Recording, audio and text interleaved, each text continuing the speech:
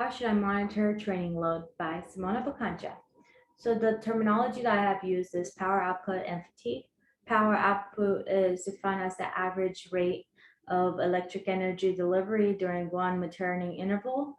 The units of power is watts, and the equation is power equals work divided by elapsed time. Now for the fatigue is defined as the depleted energy along with sustained muscle used over a long time. The reason I have used these physiological terms was because there are many articles about monitoring training load that indicated power output and fatigue were used. As moving on to what is training load. So training load is defined as the cumulative amount of exercise an individual is doing and how it's usually measured over a week. That can be measured by the intensity, the duration, and the frequency of the workout. Individuals monitoring their training load because it provides them with useful information, explain the athlete's performance, and it's another way of preventing injuries.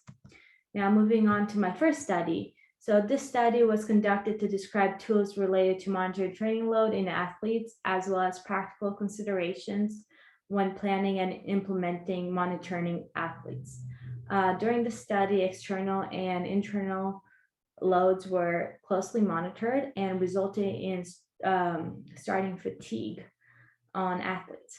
The result of this study stated that load monitoring can result in enhanced knowledge of training responses, aid in design of training programs, as well as providing a further avenue of communicating between the support staff and athletes. Moving on to my second study, this study was conducted to qualify the magnitude of internal load, acute and chronic workload ratio, well-being, perception, heart rate variability.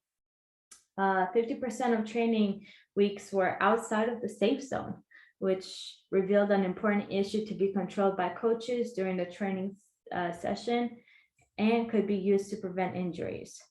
To incorporate changes in training load as well as individual responses. The use of the well-being scale is recommended during this study because it was considering that it's a very practical and low-cost tool for monitoring fatigue during training and competitions for analyzing the recovery of the athletes. Now, moving on to the answer. How should I monitor training fatigue? So there are many factors that influence training load, such as energy levels, sleep parameters, heart rate recovery, as well as blood lactate. They all influence how the athlete will perform. There are many tools to monitor training load, and one is power output, measuring device, as well as time motion analysis.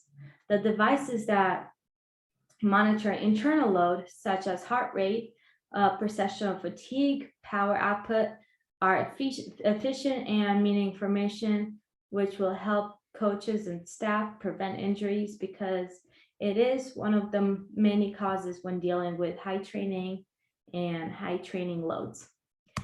Thank you so much.